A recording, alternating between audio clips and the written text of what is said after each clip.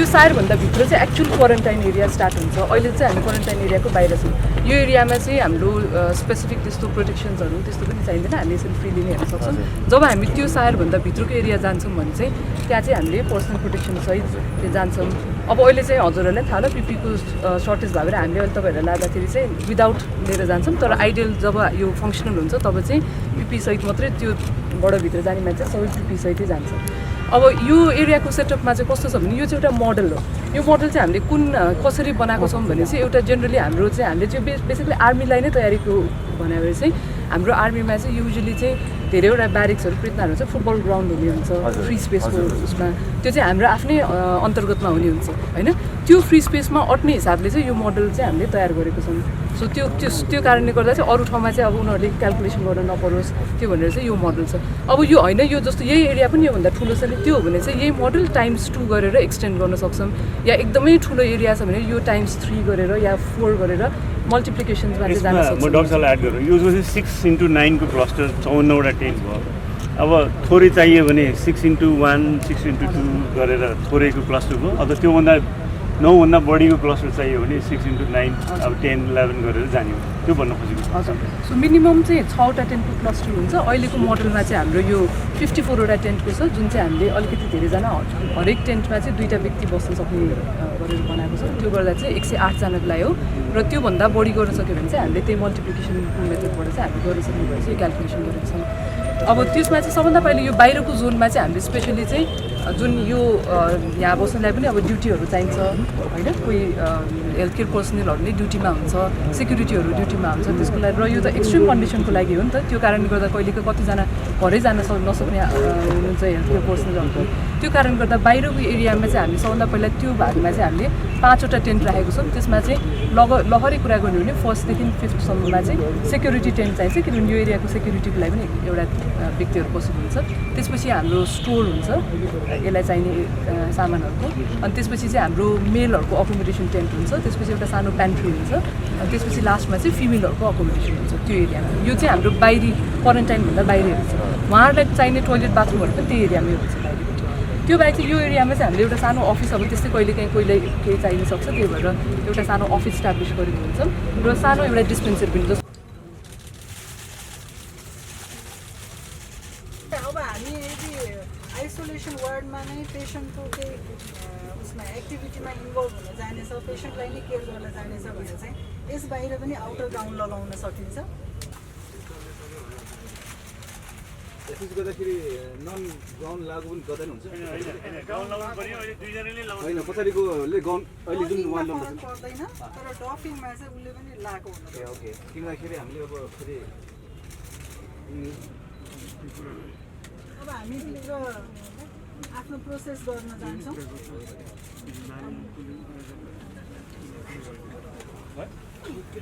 र त्यसको उतापट्टि चाहिँ आइसोलेसन रुम छ है।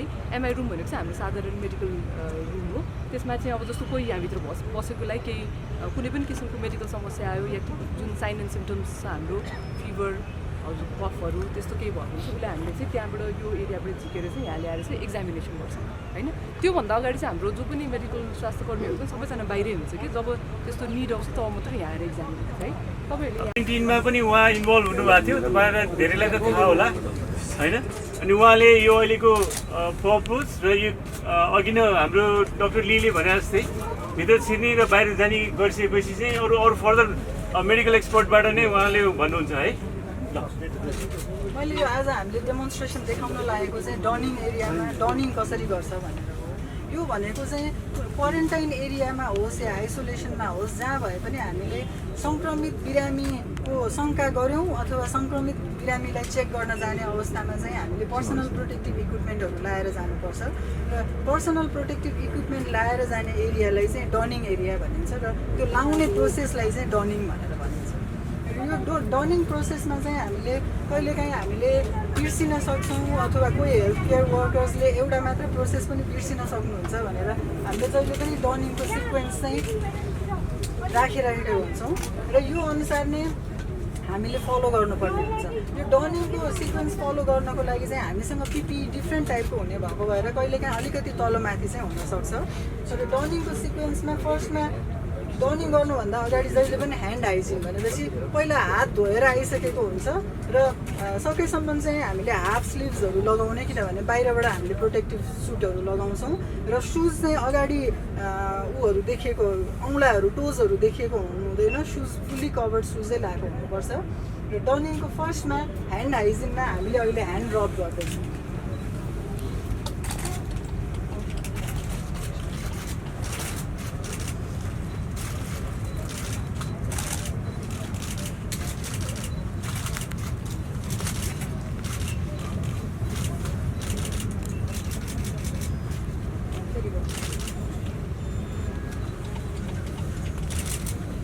सुरुमा तपाईँको आफूलाई चाहिने जति यो ह्यान्ड रब दिने, त्यसपछि हातको पछाडि भागमा कम्तीमा पनि 5 चोटि अर्को, त्यसपछि यसरी कापमा, त्यसपछि हाम्रो नकल्सहरू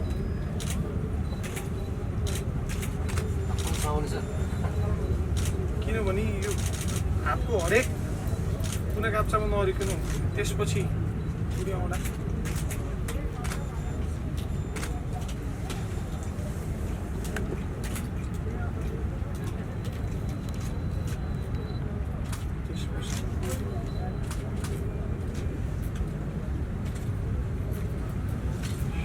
त्यति गरेपछि अब कतै नसुके हात सफा हुन्छ। यसपछि हामीले फर्स्ट सु कभर लाउने।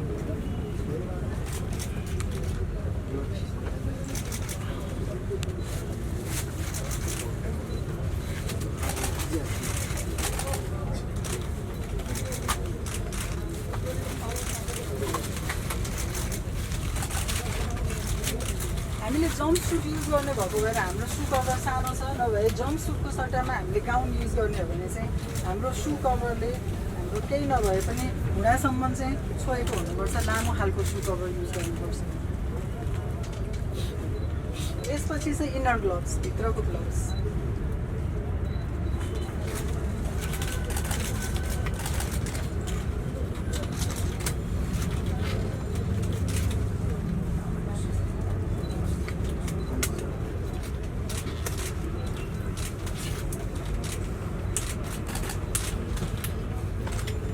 ग्लोभ्स चाहिँ सकेसम्म माथिसम्म, कति माथिसम्म राख्नु।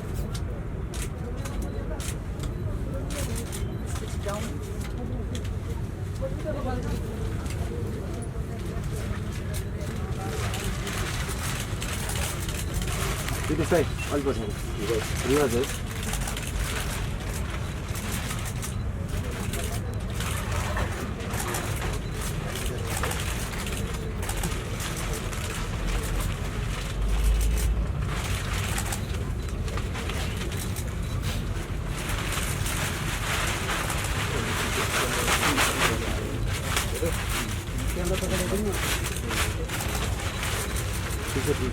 विचार गर्नु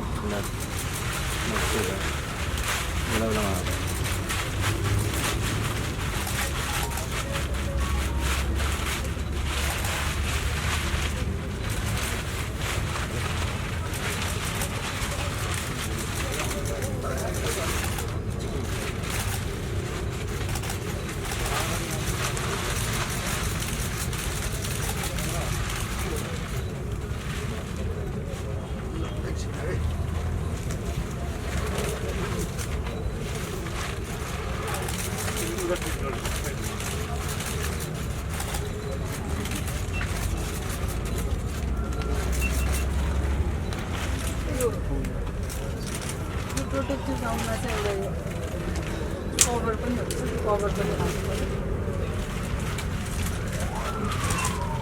यति भइसकेपछि हामीले याद गर्नुपर्ने कुरा, यो जम्प सुट भए पनि हामीले जुन यो सु कभर लायौँ, त्यो सु कभरबाट चाहिँ हाम्रो जुत्ता देखिएको छ भने चाहिँ हामी यो अवस्थामा जान मिल्दैन, त्यही भएर हामीले अर्को सु कभर युज गर्नुपर्ने हुन्छ।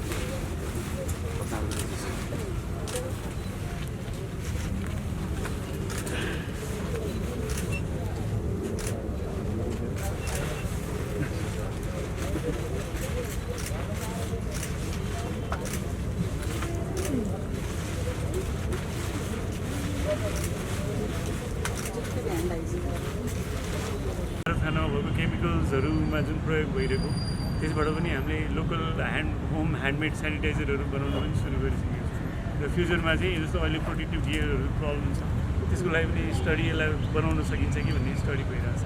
त्यसपछि अहिलेको लागि यो सबै हाम्रो आन्तरिक तयारीको कुरामा हामीले गरिरहेको एक्सन यो चाहिँ हामीले कसरी हाम्रो जति पनि फिल्डहरूमा हाम्रो सैनिक अस्पताल र फिल्ड एम्बुलेन्समा काम गरिरहेका व्यक्तिहरू छन् मेडिकल पर्सनलहरू छ उनीहरूलाई चाहिँ शिक्षकको रूपमा ट्रेन द ट्रेनर्स कन्सेप्टमा चाहिँ हामीले यहाँ बोलाएको उहाँलाई 2 दिनको क्लास लियौँ।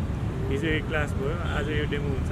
यो उहाँहरू आफ्नो क्षेत्रमा जानुहुन्छ र उहाँलाई चाहिँ काम गर्न सहज होस् भन्ने हिसाबमा चाहिँ डाक्टर साहबहरूले यो प्लान गर्यो। क्लियर ल हाम्रो ट्रेनिङमा पनि हामीले क्लोरिनेसनै राखेको छौँ र क्लोरिनेसन गर्ने चाहिँ हामीले यहाँ पनि हामीले यो ट्याङ्कको क्यालकुलेसन अनुसारले चाहिँ गर्न सक्ने हिसाबले गरेको राखेको।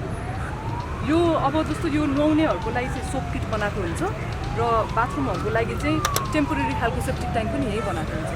सो यो जुन ढलहरू छ अब कति चाहिँ सर्वसाधारण रूपमा चाहिँ हामीले के त मिक्स गर्दैनौँ।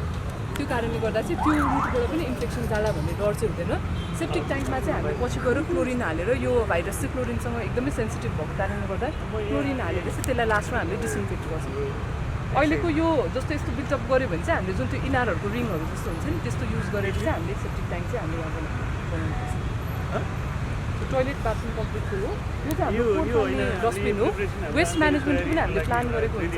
अब जहिले मन लाग्यो उनीहरूले आएर चाहिँ यसरी फाल्न पाउँदैन। उनीहरूले चाहिँ आफ्नै रुममा हामीले डस्टबिन राखिदिएको हुन्छ, त्यहाँ जम्मा गरेर राखेको हुन्छ अनि हरेक दिनको चाहिँ एउटा टाइम तोकिदिएको हुन्छ। किनभने धेरैजना चाहिँ पिपी लाएर आवत जावत गर्न यो गाह्रो हुने कारणले गर्दा चाहिँ हामीले एउटा फिक्स टाइम तोकिदिएको हुन्छ।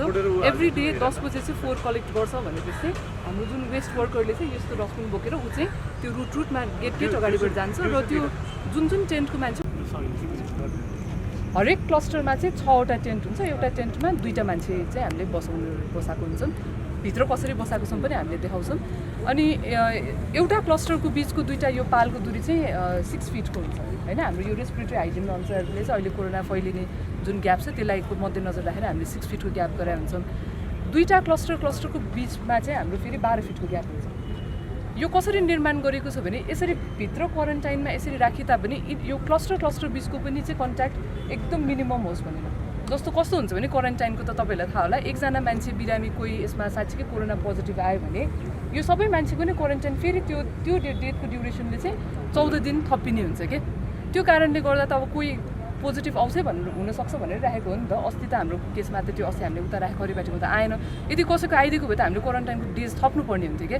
सो त्यो गर्दा पनि यो जति मिनिमल कन्ट्याक्ट गर्यो त्यति चाहिँ के त यो अरू मान्छेलाई चाहिँ हामीले छोड्न सक्ने अवस्था हुन्छ कि। त्यो कारणले गर्दा चाहिँ यो टेन्टभित्रको पनि क्लस्टरभित्र पनि हामीले मिनिमल कन्ट्याक्ट गर्न खोजेका हुन्छौँ र क्लस्टरभित्रको पनि टेन्टभित्र पनि हामीले मिनिमल कन्ट्याक्ट गर्न खोजेका हुन्छौँ। सो द्याट स्प्रेड चाहिँ के त 3 स्टेजमा नै हाम्रो के त स्प्रेड चाहिँ रोक्ने संयन्त्रहरू रहेको हुन्छ क्या।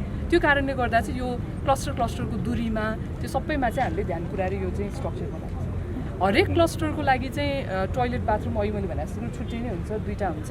अब त्यसमा पनि कस्तो भने यो 3टा क्लस्टर जाँदाखेरि यो जस्तो यो लेफ्ट ह्यान्ड साइडको 3टा क्लस्टर सबै सधैँ टोइलेट बाथरुम उनीहरूको सबै यतापट्टि साइडमा बनेको हुन्छ। एक्सट्रिम राइट ह्यान्ड साइडको 3टा क्लस्टरको बाथरुम टोइलेट सबै उता साइड हुन्छ र सेन्ट्रलको क्लस्टरको टोइलेट बाथरुम सबै ब्याकवर्ड साइडमा हुन्छ। सो 3टा ठाउँमा चाहिँ हाम्रो टोइलेट बाथरुम कम्प्लेक्सहरू हुन्छ। त्यो कारणले चाहिँ यो क्लस्टरको मान्छे यतापट्टि आउनै पर्दैन कि, बुझ्नुभयो। त्यस्तै गरेर चाहिँ पाइपलाइन्सहरू चाहिँ यो इन्टर क्लस्टरको बिचबाट चाहिँ पाइपलाइन सुरु गरेर हरेक क्लस्टरको लागि चाहिँ छुट्टै ट्याप वाटरहरूको पनि प्रबन्ध गरेको हुन्छ। त्यही सँगै हाम्रो इलेक्ट्रिसिटी अरू प्लम्बिङहरूको पनि गरेर सबैको लागि चाहिँ एकदम हुन्छ। अनि यो चाहिँ एकदम सिम्पल कन्स्ट्रक्सनमा छ जुन चाहिँ हाम्रो एकदम 3 लेभलको इलेक्ट्रिसियन या प्लम्बिङले पनि गर्न सक्ने भएर टाइपले चाहिँ एकदम सिम्पल मेकानिजममा चाहिँ हामीले यो कन्स्ट्रक्ट गरेको छ। हजुर अब चाहिँ हेर्नै जाउँला बेसिकली चाहिँ यस्तो एक्चुअली अब भाइहरूले चाहिँ डक्टर साहबलाई फलो गरौँ हामीले चाहिँ जुन दुईवटा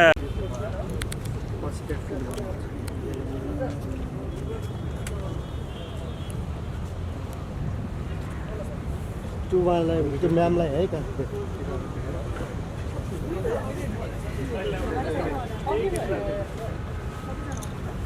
अघि भने जस्तो गऱ्यो यो क्लस्टर यहाँ एन्ड हुन्छ योबाट अर्को क्लस्टर जाने ठाउँमा चाहिँ स्पेस चाहिँ हाम्रो 12 फिट हुन्छ अलिकति ग्याप बढी हुन्छ अनि सबै यो तिनवटा क्लस्टरको लागि टोइलेट बाथरुम कम्प्लेक्स चाहिँ यहाँ बनेको हुन्छ है सो यो तिनवटा क्लस्टरको लागि चाहिँ टोटल 12वटा टोइलेट हुन्छ सो हरेक क्लस्टरलाई चाहिँ 2टा टोइलेट हुन्छ एउटा मेल एउटा फिमेल भनेर अहिले हामीले भनेको हुन्छ तर कहिलेकाहीँ सबै मेल बस्नु भयो भने त्यो मेललाई नै प्रयोग गर्नु पनि सकिन्छ मेल र फिमेलको टोइलेटमा चाहिँ हामीले मेन्स्ट्रुअल हाइजिनको हिसाबले मात्रै त्यो डिफ्रेन्स गर्नुपर्ने भएर अहिले चाहिँ एयर मार्क गरेर मेल फिमेल भनेको अदरवाइज चाहिँ त्यस्तो जेन्डर फ्रेन्डली नै टोइलेट सबैको लागि बनाएको अनि यो ओपन देखेर यस्तै हुन्छ भन्ने चाहिँ नसक्छ है ढोका चाहिँ हुन्छ फेरि हजुर सो टोइलेट चाहिँ हामीले 2 तरिकाको अवधारणामा गरेको छौँ जस्तो जुन ठाउँमा स्रोत साधन छ र उनीहरूले यसरी बिल्टअपै बनाउनु सक्ने मान्छे यसरी प्यानहरू राखेर बनाउनु सक्ने पनि हुन्छ अदरवाइज चाहिँ सेकेन्डमा चाहिँ हाम्रो फिल्ड टोइलेटको अप्सन पनि हुन्छ जुन तपाईँहरूलाई पनि थाहा होला डिप ट्रेन्च ल्याट्रिन भन्ने हामीले उहाँहरूलाई सिकाएको हुन्छौँ त्यो डिप ट्रेन्च ल्याट्रिन बनाएर पनि खाल्टो खनेर अनि माथिबाट यसरी